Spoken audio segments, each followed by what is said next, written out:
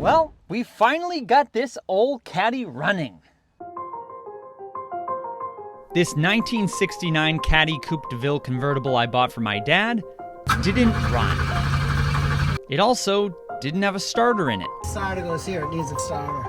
Amongst some other issues, quite a few. So after messing with the fuel system, You're free. at the end of the last video, we finally got it running. And it ran for a whole entire 5 minutes until this happened.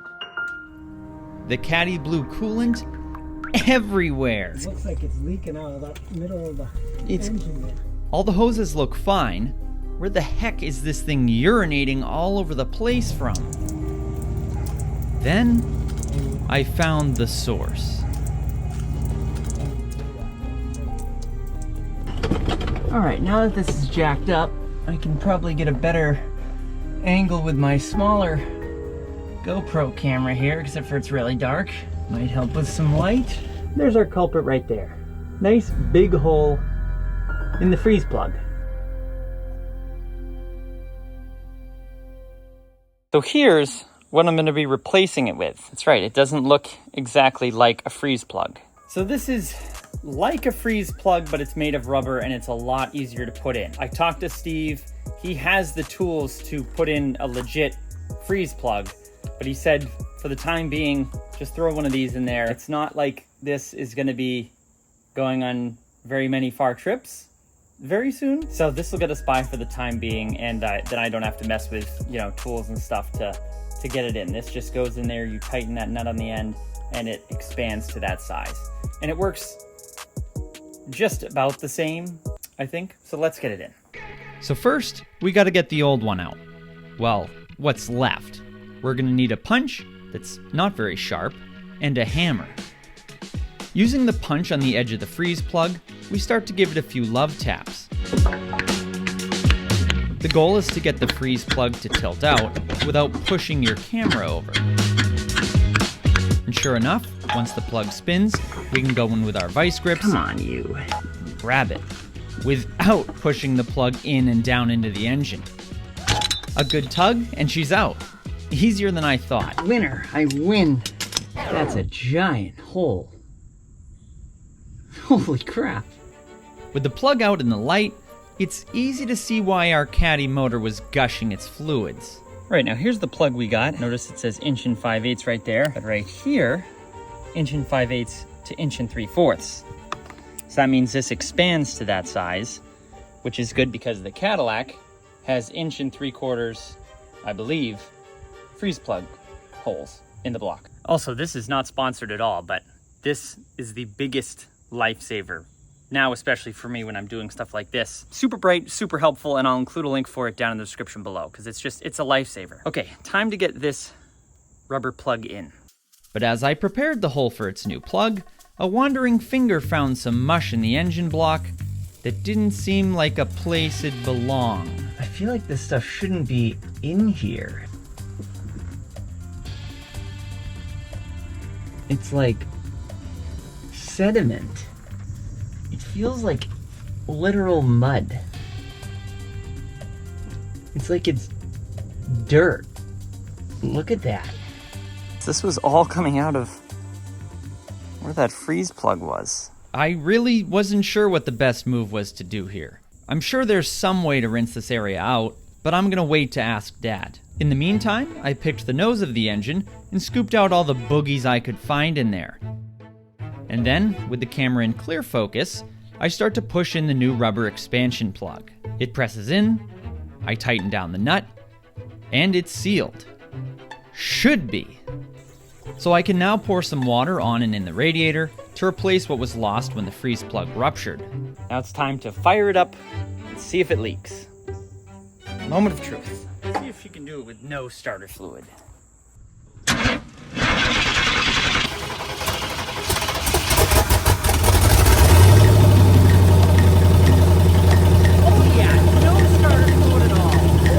Which is pretty impressive. This thing's never started without a sniff of spray before. What can I say? Looks pretty dry for now. A little smoky, but dry. The Caddy was running great. Smooth and not urinating all over the ground, at least for 2 minutes, that is.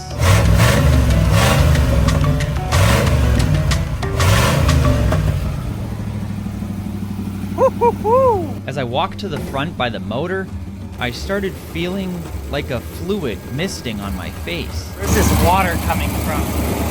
Oh no! Oh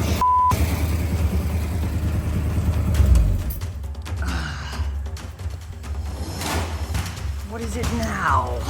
Oh. Come on. You gotta be kidding me. As I looked around the engine bay, I couldn't find out what was making the engine dump its coolant again.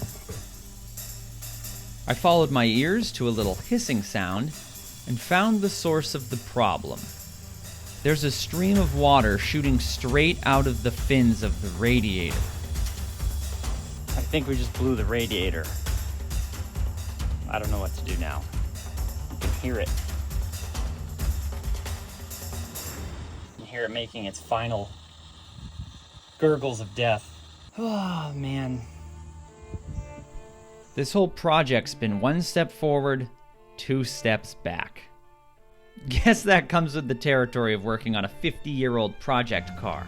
Keep moving forward, I'll find a replacement. The next day, I'm pulling the expansion plug we just put in back out, because now I know how we're going to get all that gunk out of the motor we found. We're going to flush the water jacket. The water jacket is an outer casing of the engine block that surrounds the head and the cylinders and holds the coolant. This is a crucial part of the engine's cooling system, and since the Caddies is filled with crud, it's no wonder the car keeps spitting coolant out. Crap. I'm an idiot. Ugh. Once I cleaned the coolant out of my eyeballs and mouth, I removed the clamp on the lower radiator hose, then mistakenly pull off the lower radiator hose.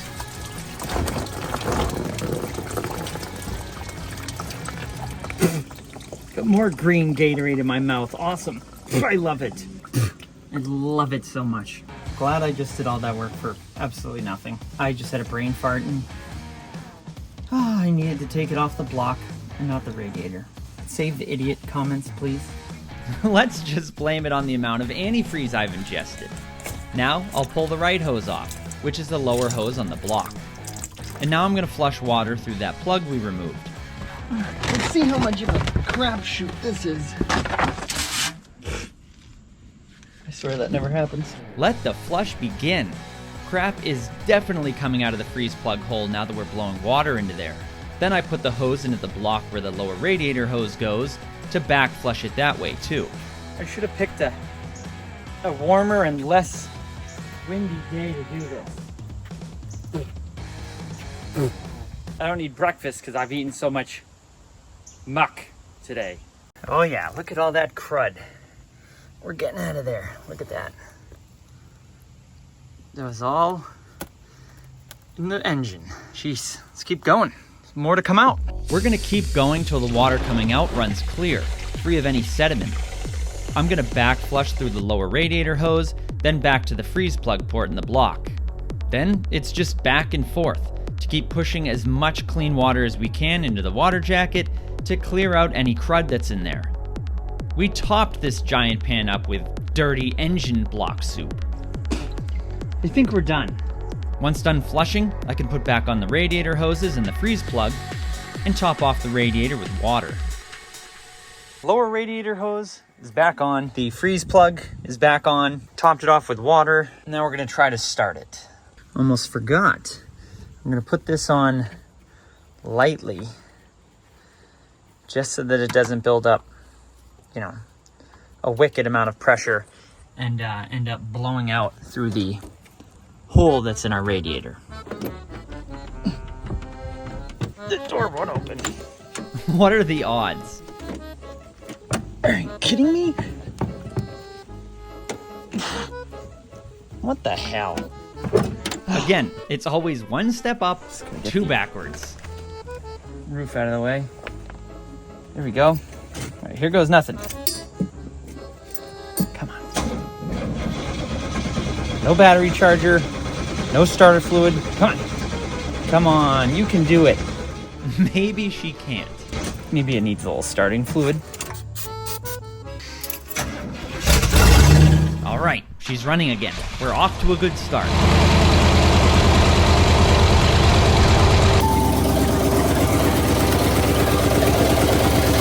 And it's dry underneath.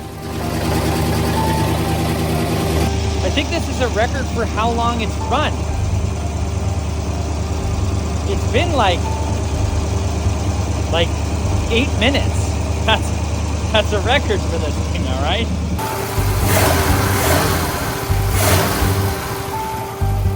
Practically a CTSV. But then, Oh God, the leak from up here is happening again. The water flinging out. Oh dear. Where's all this from now? What the hell? Well, I'm kind of stumped here on the cooling system. Well, the problem is there's no temperature gauge in the gauge cluster. The only thing I think it has is like a coolant overheating, like light that comes on. But how am I supposed to even know if that's working? And I really don't want to boil this motor. So there's no pressure up here in the upper radiator hose. And there must be some air in it because every time I squeeze it, it just pukes out water. I know there's definitely air in the cooling system and I'm gonna need to bleed it. Unfortunately, I don't want to do anything else with the cooling system before Steve comes and checks it out because I really don't want to mess with any of that. And I don't know, I'm afraid that this thing is going to overheat and I'm going to ruin the motor and then I'm going to just, I don't even know. I don't think I'll be putting a motor in this thing. But anyways, while it's still up in the air, I'm going to change the oil because who knows when the hell the last oil change on this thing was done. I'm not sure when it was last changed, but when we first got the car, we put quite a bit in it.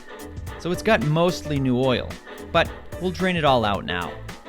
Which when we did, presented a bit of a worry. I don't exactly love the quantity of oil that just came out of there. It's filled up almost 3/4 of this. But the strange thing is, we topped this thing off not very long ago, and it's not leaking any oil. So where's all our oil going? Where did all our oil go? She is old, probably burned it. Hadn't run in years before I brought it home. For now, I'll tighten up the drain plug, and then... At least they make the oil filter nice out in the open. Easy to access. Look at that. Front of the car. Boop. Right there. Right out in the open, and put on way too tight. Once I break out the channel locks, the old filter gives up, and the new Bosch filter goes on. With the new filter in, time to top her off with oil. Regular old 10W40 is all she takes. No synthetic oil here. No brains here either. After sacrificing my thumb to break the seal, we top her off with 6 quarts, and then move to a different part of this Cadillac. All right, so now it's time to test something pretty damn important on the old Cadillac here. Because we've got it running. It starts on its own. Sometimes it doesn't need starter fluid. But we still don't know if the transmission's any good. Or if this thing will actually drive. Now, no, don't get your hopes up. We're not going for the first drive here. The big monumentous moment that will be its first drive. But we do need to see, now that it's running, now that the motor's running, if it will actually, well, turn the wheels. This is pretty important with this project, because we've been so focused on getting the engine running, but don't even know if the transmission's any good. So I went out back and got some cinder blocks and chalked the wheels, jacked up the back end, and started the car. Tried to start the car. Nope, think it might need a sniff. Really? Maybe she's just being a bit shy today. But finally... All right, now it's running. Moment of truth. See if we have a transmission. So slowly, I try to move the shifter to reverse to see if the tires would spin. but they didn't. Maybe reverse is a fluke. Let's try drive. But still... Oh, that's not good at all. It's not good at all. I got no gears. This was not good. Why do we have no gears at all?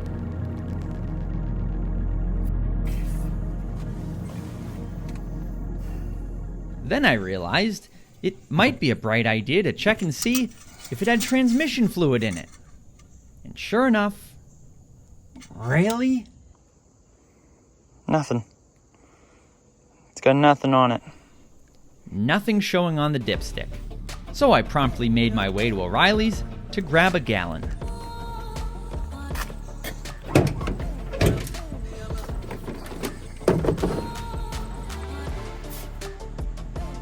Then poured some on the engine and into the tranny. That sounds wrong. I am making a mess. I think that's enough. We'll check the dipstick now.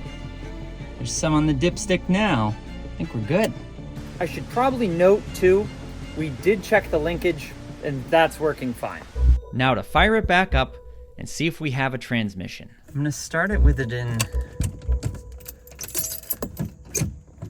neutral. It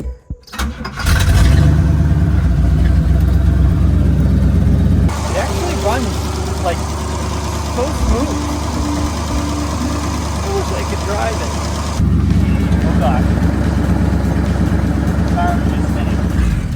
Transmission works. That's good. Yesterday it wasn't working. Oh hell yeah. I gotta go tell Dad. This is big. It looks like we've got a gear. Now onto something arguably more important. Okay, now that we know we have a nice working transmission, well, I'm not going to say nice, but we have a working transmission, which was a very, very nice surprise to find out that it was working. Now we can see if this thing moves. But the only other problem with that is we don't have any brakes, which we know that because, well, in one of the first videos when I jacked this thing up, we saw that there was no brake, there's no brake rotor, there's no brake caliper, there's nothing as far as brakes go on either side. It didn't even have brake lines or brackets to hold the calipers up front. But this has rear drums, which feel like they want to work. So what I've been doing is for the past few days, filling up the reservoir here, nice old style reservoir. I've been putting brake fluid in there. But obviously, because there's no front brakes here, and that's one system, when I press the brake pedal, even if the back were in working order, it's just shooting all the air out of the lines that go to the front here. So now, in order to just move this thing, to just get it to move on its own power, I don't need all the brakes working. I think the fronts are working. So all I'm gonna do is I'm gonna pull the front brake line off the master cylinder and I'm gonna plug it. Another issue. Jeez, it's just issue after issue. I wasn't able to find it's either 9/16 or 1/2 inch plug to go in the master cylinder so I could block off the front brakes so we could just use the backs. So, the genius that I am, they had the correct size, but they only had it as an adapter. So what I did was get the other size plug. So I'll put this adapter into the master cylinder, it's the correct thread, and then I'll put this plug into that adapter, thus closing off the brakes. Sounds a lot more complicated than it is. So now I'm just pulling off the brake line off the master cylinder going to the front brakes, threading on the plug into the port, and then realized... Well, as it turns out, I didn't even need that adapter. The plug that I got actually was the right size for the first hole. I didn't know if it fit the first hole or the second hole. That's what she said.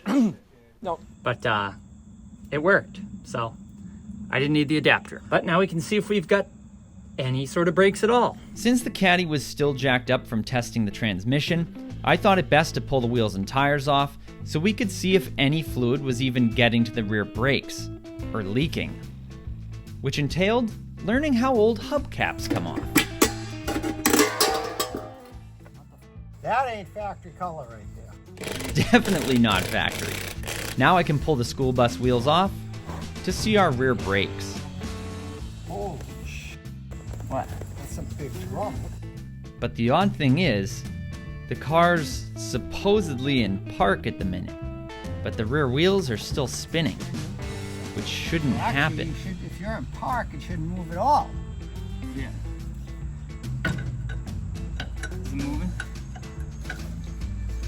Yep. And now, even with my foot on the brake, the wheels are still spinning. Doesn't look like we've got brakes at all. We'll climb under there, see if you can see a bleeder screw. Next, it was time to locate the brake bleeder screw, so we can check to see if fluid was even making it back here. Yeah, I see the bleeder. I can only imagine how seized that is. Who knows when the last time this bleeder screw was used?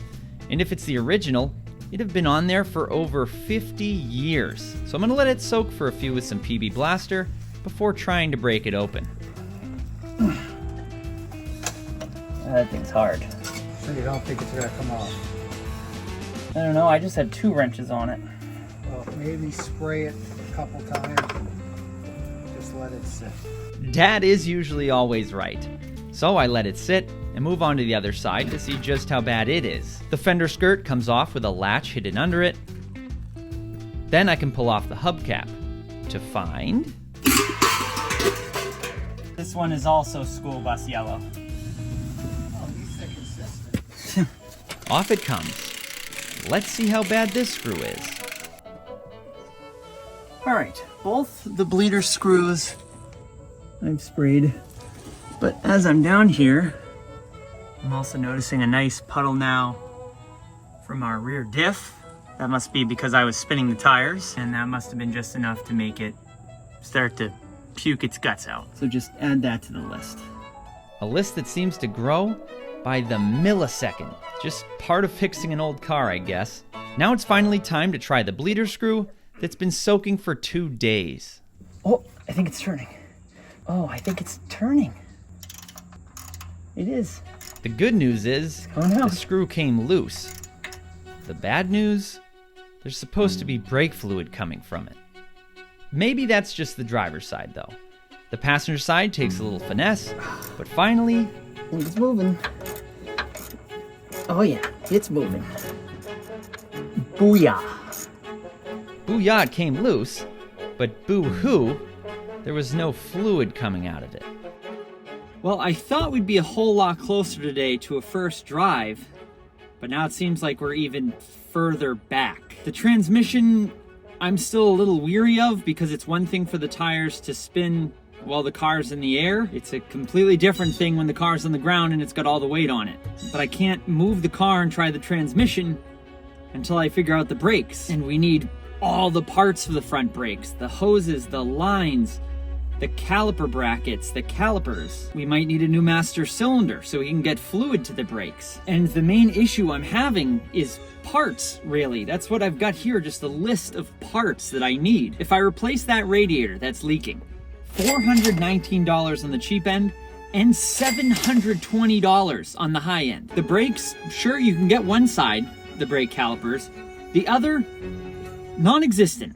No one has them, no one makes them. This thing isn't like a 69 Camaro or a 69 Chevelle where you can practically build an entire new car out of new sheet metal that they make. That's just the difficult part of this, but I'll work it out. I'll make sure of it one way or the other, but we've definitely got our work ahead of us with this thing. But thank you to you guys for doing your part and supporting the channel and watching. You can also support by buying cool sweatshirts like these at drivehubshop.com. I'll have a link down below. That all helps support builds like this. But that's a wrap for today. I'll catch you guys in the next one. Happy motoring.